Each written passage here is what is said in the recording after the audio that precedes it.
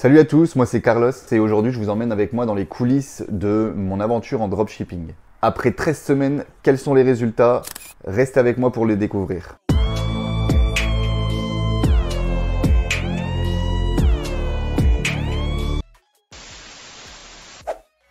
Alors surtout n'oubliez pas qu'il y a un mot caché dans toutes les vidéos que je fais.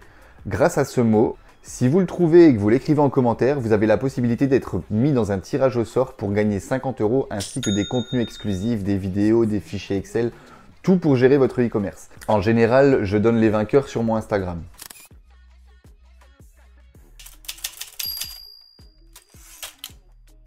Donc les premières semaines ont été assez rudes.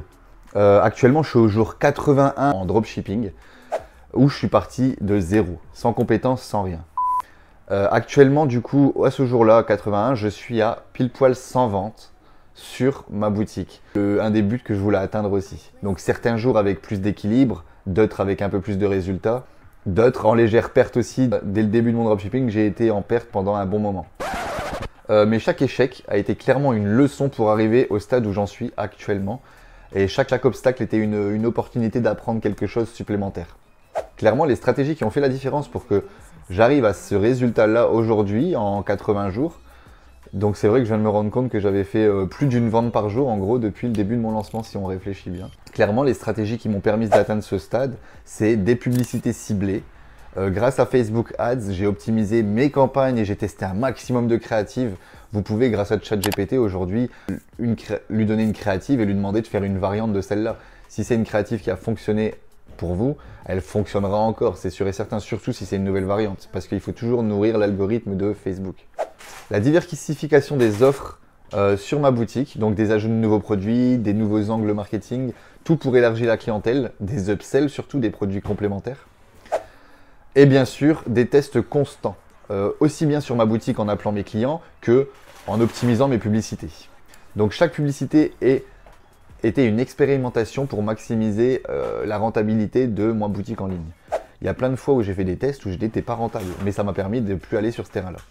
Et justement, j'ai appris que tester sans relâche était essentiel en dropshipping. En créant des nouvelles publicités tous les 2 jours, à peu près, j'ai pu identifier rapidement ce qui captait réellement l'attention de mon prospect et ce qui ne fonctionnait pas. L'adaptabilité m'a permis d'ajuster et d'évoluer constamment, mais toujours avec énormément de boulot. Heureusement que j'ai pas d'enfants et que j'ai le temps et que j'ai fini tout ce qui est travaux dans ma maison parce que clairement, j'aurais pas le temps pour tester autant de choses sinon. Autant vous le dire. Et j'irai pas aussi vite dans mon apprentissage.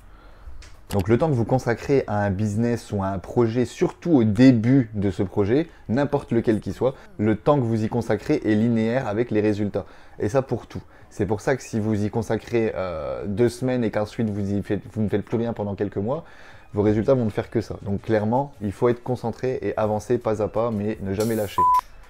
Alors clairement, mon objectif là pour l'avenir avec cette boutique et dans le dropshipping, c'est de réinvestir chaque centime que je vais gagner en bénéfice, donc sur cette boutique ou sur une autre, pour tester tous les angles possibles, marketing, mais aussi bien pour voir quelle publicité touche le plus de personnes.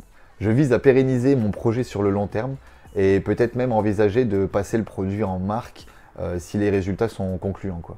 Donc chaque euro gagné sera réinvesti pour tester. Donc je ne compte pas me faire de l'argent tout de suite. Si je me fais 300-400 €, je réinvestirai ces 300-400 € dans ma propre boutique. L'objectif à long terme, je pense que ça sera de créer une marque et surtout du coup de continuer à apprendre, à bosser et d'avancer malgré que j'ai l'impression de faire que ça depuis ces 3 derniers mois. D'ailleurs, en 3 mois, j'ai l'impression d'avoir chopé 7-8 mois d'expérience, quoi. Donc on est au jour actuellement 89 depuis le lancement de mon dropshipping. Si vous avez suivi mon parcours jusqu'ici, si cette aventure vous parle et vous plaît, lâchez un petit like, abonnez-vous à ma chaîne YouTube si vous êtes intéressé par l'entrepreneuriat et le dropshipping. Et on grandira ensemble dans ce monde passionnant qu'est le e-commerce. Suivez-moi aussi sur mon Instagram, on pourra échanger et se donner un maximum de valeur. Donc dans la prochaine vidéo que je sortirai, donc la semaine prochaine, dimanche prochain, on parlera des illusions, la vérité du dropshipping, au-delà des illusions. Donc clairement, j'ai une petite question pour vous. Avez-vous déjà testé le dropshipping ou envisagez-vous de vous lancer sous peu avec peut-être mes vidéos? Dites-moi en commentaire, ça me ferait plaisir. Merci d'avoir été avec moi durant ces 13 dernières semaines. Je ne compte pas arrêter là tout de suite. Ce n'est que le début. Et j'ai hâte de partager avec vous la suite de tout ce que je vais réussir ou ne pas réussir dans le dropshipping. A très vite pour de nouvelles vidéos, des petits conseils et suivez mon parcours entrepreneurial. Ciao ciao les gars!